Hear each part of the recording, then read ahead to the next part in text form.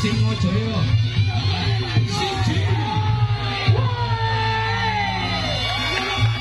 Desa wisata. Bali juga begitu. Bali kalau dihitung satu pulau Bali berapa sih jumlah penduduknya? Tapi kok mampu menyerap joger apa saja laku, apa saja dibayar. Karena orang datang ke Bali, orang berkunjung, itu bagian dari market share yang harus kita pikirkan. Maka Assalamualaikum warahmatullahi wabarakatuh. Salam budaya, rahayu, rahayu, rahayu. Jadi tidak bosan-bosan kalau menceritakan tentang apa yang ada di Jawa. Dan saya kali ini saya akan membahas tentang budaya kesenian yang ada di Ponorogo, Jawa Timur, Indonesia. Jadi akhir-akhir ini masyarakat dari luar Ponorogo dihebohkan dengan adanya pembangunan Monumen Reyog Ponorogo setinggi 126 meter, melebihi tingginya GWK yang ada di Bali. Jadi pemerintah Ponorogo di era kepemimpinan Bapak Bupati Sugiri Sancoko itu terinspirasi karena budaya yang ada di Bali, marketing yang ada di Bali, karena di Bali itu banyak dikunjungi oleh para wisatawan domestik maupun wisatawan mancanegara. Bapak Sugiri Sancoko itu mengebut tentang kebudayaan yang ada di Ponorogo, salah satunya Monumen Reyog Ponorogo, Monumen Patung Reyog Ponorogo. Selain menggebut untuk kesenian-kesenian yang ada di Ponorogo lebih maju lagi supaya banyak diminati oleh para wisatawan, seperti itu. Dan seperti ini sedikit penjelasan Bapak Sugiri Sancoko. Orang tidak mungkin jauh-jauh dari Banyuwangi rela mengeluarkan effort harus 7 jam hanya untuk melihat reog. Nah, harus membuat sesuatu yang alasan kuat, oh aku harus datang ke Ponorogo. Nah, setidaknya kita siapkan museum yang tinggi itu, orang akan penasaran, bisa melihat sunset, bisa menetap sunrise di pagi hari sampai di ketinggian. Nah, ini pemikat. Setelah pemikat, baru kemudian produk kedua kita menciptakan penunjang, penopang, misalnya desa wisata. Bali juga begitu. Bali kalau dihitung satu pulau Bali berapa sih jumlah penduduknya? Joger apa saja laku, apa saja dibayar. Karena orang datang ke Bali, orang berkunjung, itu bagian dari market share yang harus kita pikirkan. Maka Ponorogo harus mendatangkan orang ke Ponorogo dengan cara membuat destinasi wisata yang memikat. Banyak sekali teman-teman di luar sana yang bertanya apa manfaatnya dibangun Monumen Reyog setinggi 126 meter tersebut dengan anggaran yang mungkin kalau selesai itu hampir 100 miliar lebih. Dan manfaatnya apa? Jadi manfaatnya, dampaknya juga untuk masyarakat. Ketika di salah satu wilayah tersebut kemajuan pariwisatanya, masyarakat di lingkungan tersebut juga bisa jualan. Jualannya apa aja? Jualan makanan, minuman, baju, dan juga kaos, dan juga aksesoris-aksesoris seputar apa yang ada di Ponorogo. Jadi di Ponorogo itu punya identitas, Reyog Ponorogo. Jadi bisa disebut Bumi Reyog. Itu juga bisa dibuat untuk aksesoris buat para pengunjung. Jadi suatu saat nanti yang sekarang ini banyak diremehkan orang, suatu saat nanti itu akan menjadi pariwisata unggulan salah satu yang ada di Jawa Timur. Siapa yang tertarik? Ya orang-orang dari luar Ponorogo tersebut. Di balik kesuksesan pembuatan Monumen Reyog Ponorogo yang hampir jadi itu juga ada arsitektur, ya. Jadi kita akan mengenal sedikit siapa arsitek Monumen Reyog Ponorogo. Itu berasal dari Tabanan, Bali, ya. Namanya Mas Brahmana Anjasmara Putra, pemenang sayembara gagasan Monumen Reyog diselenggarakan oleh Ikatan Arsitek Indonesia Jawa Timur pada tahun 2022 yang lalu. Brahmana Anjasmara Putra, arsitek muda asal dari Tabanan, Bali, ya. Jadi di Bali itu banyak sekali arsitek-arsitek yang tua maupun muda Contohnya seperti Pak Wayan yang membuat arsitek yang ada di IKN Nusantara tersebut. Nah, ini untuk pembangunan Monumen Reog Ponorogo itu arsiteknya berasal dari Tabanan Bali beserta teman-temannya.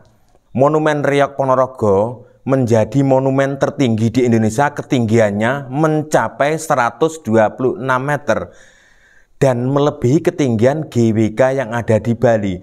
Jadi sebenarnya tidak ada masalah untuk masalah tinggi-tinggian, besar-besaran tersebut, tapi setiap patung atau setiap monumen di GWK sendiri juga punya filosofi tersendiri. Di Reog Ponorogo tersebut juga punya filosofi sendiri, juga punya sejarah sendiri-sendiri. Seperti itu, tidak usah diperdebatkan masalah tinggi-tinggian seperti itu. Untuk jenis reognya itu tingginya 60 meter dengan lebar 30 meter. Tepatnya di lahan batu Gunung Kapur yang ada di desa Sampung, Kecamatan Sampung, Kabupaten Ponorogo. Tujuannya untuk mendongkrak pariwisata. Jadi orang-orang yang datang ke Ponorogo itu tidak hanya sekedar nonton reog, tidak hanya minum dapat jabung, seperti itu.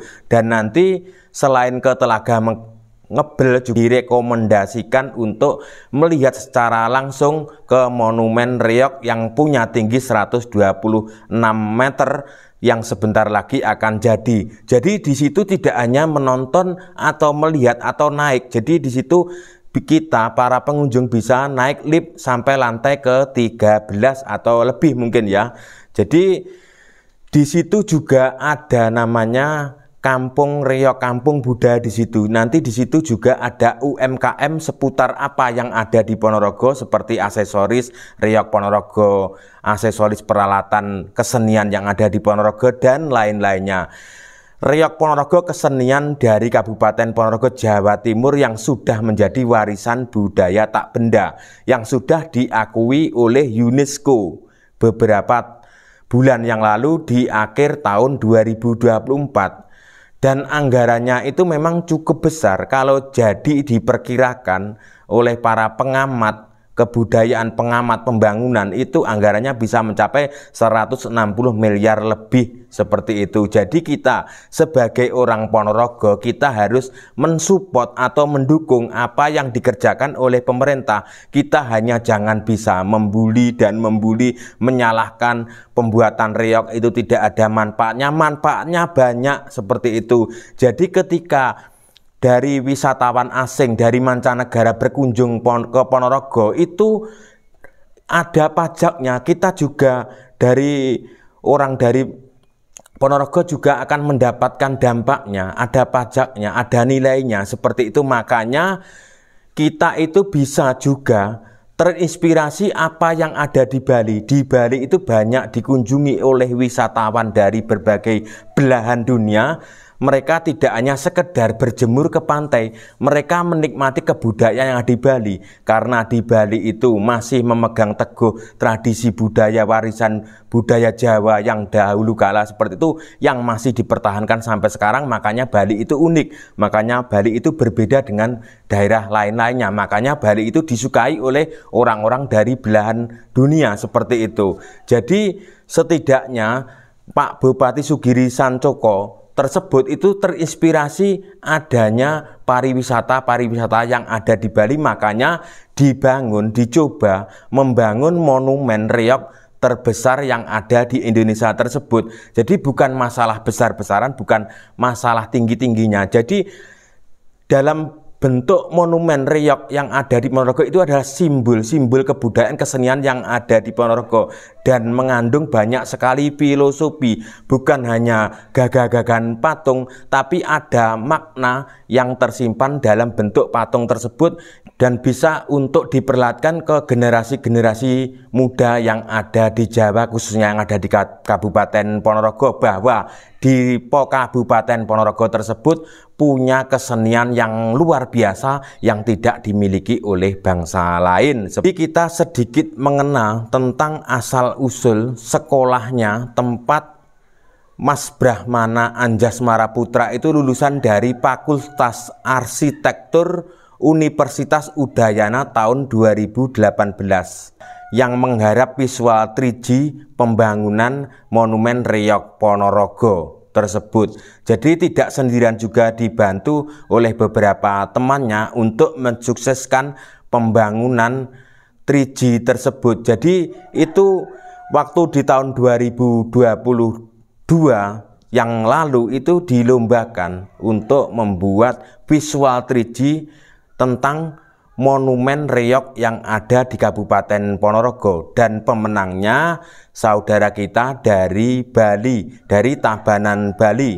Mungkin banyak sekali teman-teman yang tidak paham dan tidak tahu siapakah arsiteknya yang membangun tersebut dengan bentuk yang megah yang luar biasa tersebut. Itu saudara kita dari Tabanan Bali. Ketika Kabupaten Ponorogo membuat Monumen Reyog Ponorogo yang ada di Kecamatan Sampung tersebut akan mendapat pro kontra dari kalangan masyarakat. Itu sudah wajar, itu sudah biasa.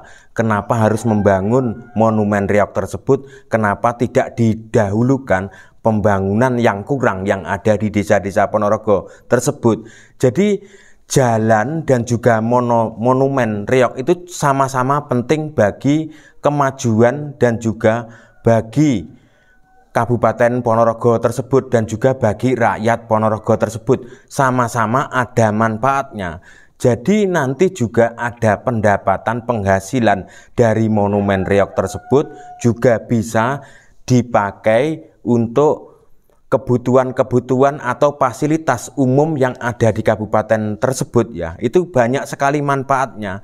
Jadi kita itu harus legowo, jangan terlalu fanatik seperti itu. Jadi wajarlah kalau nanti saat pemilihan itu apa yang kita jagokan, apa yang kita pilih itu kalah, kita itu harus legowo. Kita harus mensupport siapapun yang menjadi bupati. Yang menjadi bupati Pak Ipung, kita juga harus mensupport Pak Ipung. Yang menjadi bupati Pak Giri, kita juga harus mensupport Pak Giri. Jadi Pak Giri itu harus juga butuh dukungan dari warga Ponorogo, butuh support seperti itu, butuh ide-ide cemerlang. Ya, kalau kita sebagai rakyat biasa, kalau punya ide yang cemerlang, itu juga akan diterima dengan baik oleh orang-orang pihak terkait yang ada di kantor Kabupaten Ponorogo tersebut, kalau idenya itu bermanfaat bagi orang banyak seperti itu.